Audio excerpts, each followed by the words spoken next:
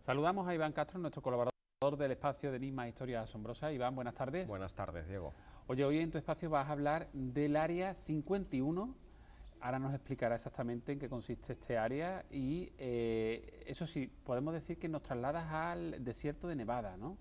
Te traslado a un lugar que existe, está comprobado que existe, pero que no figura en los mapas, o hasta hace muy poquito oficialmente no figuraba en ningún mapa, lo cual es extremadamente curioso. Cuando alguien esconde algo, por algún motivo es.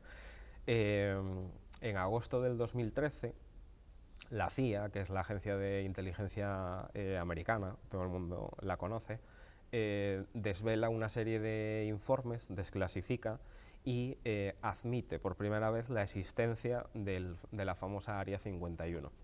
¿Qué es el Área 51? El Área 51 es una base, unas instalaciones militares secretas, ultra secretas, no tan secretas desde que sabemos que existen, pero realmente no sabemos absolutamente nada de lo que sucede allí dentro, o es muy difícil sacar información.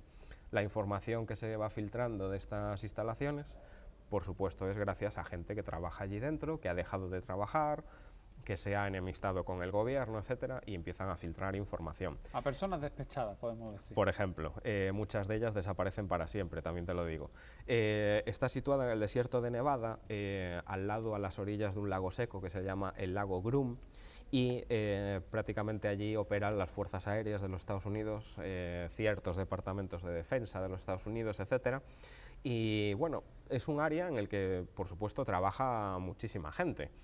No solo trabajan militares, trabajan contratistas, funcionarios del gobierno, trabajadores simples de a pie, operarios, etcétera, ¿no? O sea que en cierta forma se entiende que aunque sea un área secreta y esté todo muy controlado, pero es muy complicado el evitar que alguien, pues bien que ya no trabaje allí, como tú has dicho antes, o incluso trabajando, tenga algún interés por que se conozca lo que allí ocurre. Tienen sus contratos de confidencialidad, por supuesto, pero gracias a testimonios pues extra que salen por ahí, pues hemos conseguido cierta información. Pero claro, lo curioso es que allí no existe ningún tipo de vivienda. Los trabajadores que trabajan allí van y vienen, ¿no? Van y vienen a sus casas todos los días, etcétera. La mayoría parten desde el aeropuerto de Las Vegas, el aeropuerto internacional McCarran de Las Vegas, y claro, mucha gente se preguntará, bueno, ¿cómo van los trabajadores al Área 51 si aquello está rodeado de carteles de peligro, no entrar, área prohibida, etcétera? ¿Cogen un metro, cogen el bus en la carretera y los dejan a la puerta? No, existe una aerolínea que no existe, pero que realmente existe, además pues la vemos operar todos los días, hay multitud de fotos de sus aviones, etcétera, que traslada a los trabajadores diariamente allí. Desde el aeropuerto de Las Vegas hasta el desierto de Nevada. Hasta el Área 51 y vuelta, todos los días a primera hora y vuelta a última hora. El Área 51 es una instalación militar donde se han llevado a cabo pues multitud de proyectos ultrasecretos. Por ejemplo, uno de los primeros y más importantes de las Fuerzas Aéreas de los Estados Unidos fue el proyecto y diseño del avión U-2, que además le dio nombre al famoso grupo. El U-2 era un avión espía. Era un avión que consiguió el récord de altitud, volando además, no había ningún otro avión en esa época que consiguiera pues alcanzar 21.300 metros de altitud, más de 20 kilómetros, que es muchísimo para un avión, y se dio la orden de crear estas instalaciones en los años 50, gracias a una orden del presidente Eisenhower, ordenó levantar aquellas instalaciones secretas y empezaron a funcionar. En 1955 se crea el proyecto del U-2. El U-2 era un avión espía que fue básicamente diseñado para espiar a la Unión de Repúblicas Socialistas Soviéticas, la antigua URSS, en la Guerra Fría. Era un avión súper silencioso, volaba encima del territorio enemigo, sacando fotografías y espiando, y aquello era indetectable, nadie lo veía, etcétera, ¿no? Para esto había que llevar muchísima gente al Área 51, sus ingenieros, sus diseñadores, la gente que lo fabricaba, los pilotos que lo probaban, etc. Había mucha gente alrededor de este proyecto. También fue un lugar que se dio a conspiraciones, a muchas historias de conspiraciones. Se dice que el famoso OVNI de Roswell que se estrelló, los restos de aquella aeronave o nave extraterrestre están allí guardados. Posiblemente los cuerpos que aparecieron podrían estar guardados o estar vigilados allí dentro, etc. No sabemos, hay historias que dicen que los han recuperado vivos, muertos, todo lo que sea, todo apunta a que podría estar en aquellas instalaciones. También hubo proyectos como el SR-71, el Black Bear, era otro avión militar, es el avión más rápido ya ha dejado de volar, pero ha sido el avión más rápido en la historia del hombre.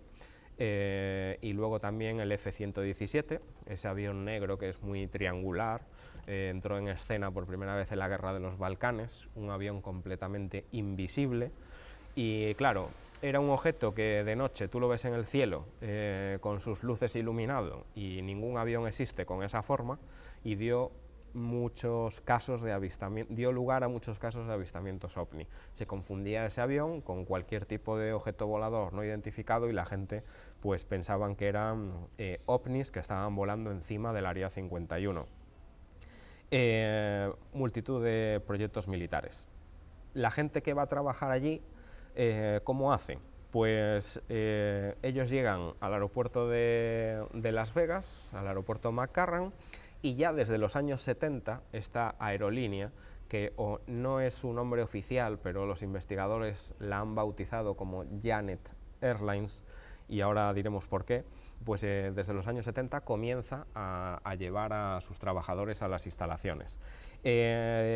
¿Por qué se llama o por qué la han calificado como Janet Airlines? Porque las letras de Janet, las siglas, componen una frase en inglés que dice "Just another non-existent terminal", que en castellano significaría "tan solo otra terminal inexistente", o otra frase que en inglés dice "Joint Air Network for Employee Transportation", y las siglas en español componen la palabra Janet, que es Red Aérea Conjunta para el Transporte de Empleados. No tiene un nombre oficial, de hecho, incluso el código que utiliza es www más un número de vuelo de 3 dígitos, que curiosamente la OACI, que es la Organización de Aviación Civil Internacional, que da los códigos a todas las aerolíneas, tiene ese código bloqueado, no existe para ninguna aerolínea, con lo cual ya son cosas que no entran en lógica, ¿no?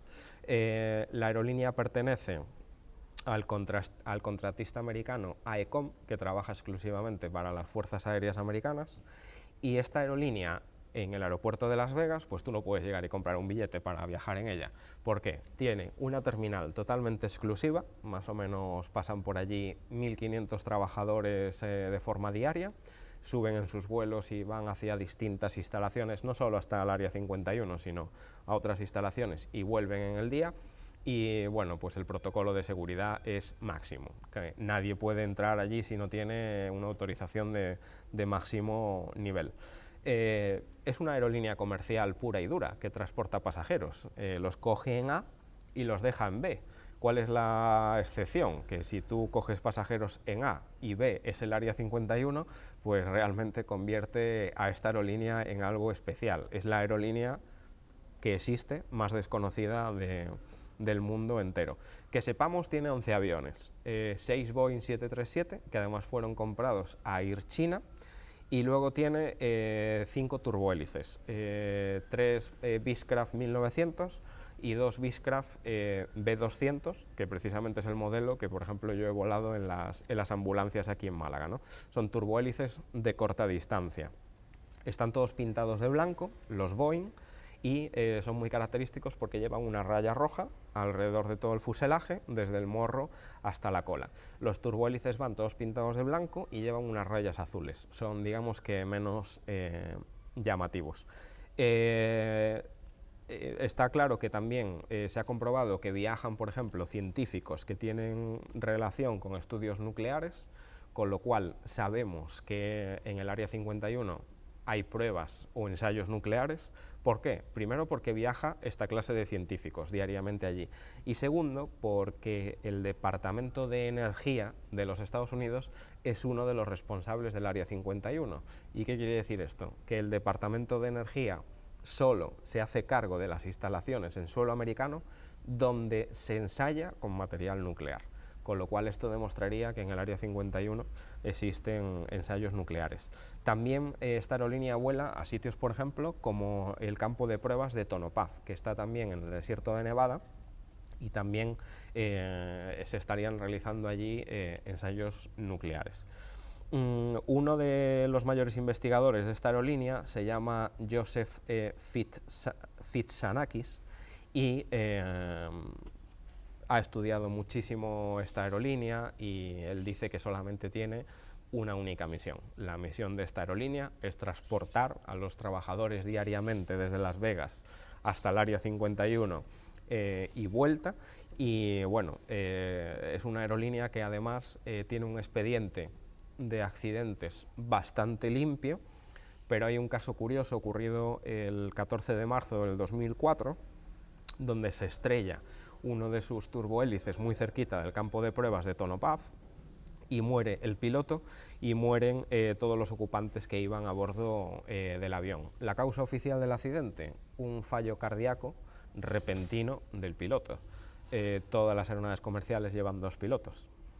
O no hizo nada el copiloto, o no había copiloto, o no nos están contando la verdad, y aquel accidente se debió a otro tipo de causas. Pero lo cierto es que el único punto negro en el expediente de esta aerolínea es aquel accidente, y lo relacionamos con la actualidad porque estos días precisamente Janet, entre comillas, Airlines está buscando pilotos, porque como para todas las aerolíneas faltan pilotos, para ella también, y busca pilotos con 3.000 horas de vuelo de Boeing 737 Next Generation, pero además esos candidatos deben de conseguir un documento que se llama Top Clearance, que es digamos que pues una autorización de máximo nivel de seguridad del gobierno de los Estados Unidos. Así que me imagino que todos los candidatos tendrán que pasar unas pruebas bastante exigentes de seguridad y protocolos de confidencialidad, etcétera, para poder acceder a esta aerolínea. Pero bueno, si alguien es piloto y ha tenido el sueño alguna vez de volar al Área 51, que eche el currículum, que igual los sueños siempre se cumplen. Por supuesto que sí. Iván, muchas gracias, nos vemos la semana que viene. Hasta la semana que viene. viene, Muy interesante Diego. el tema de hoy también. Muchas gracias.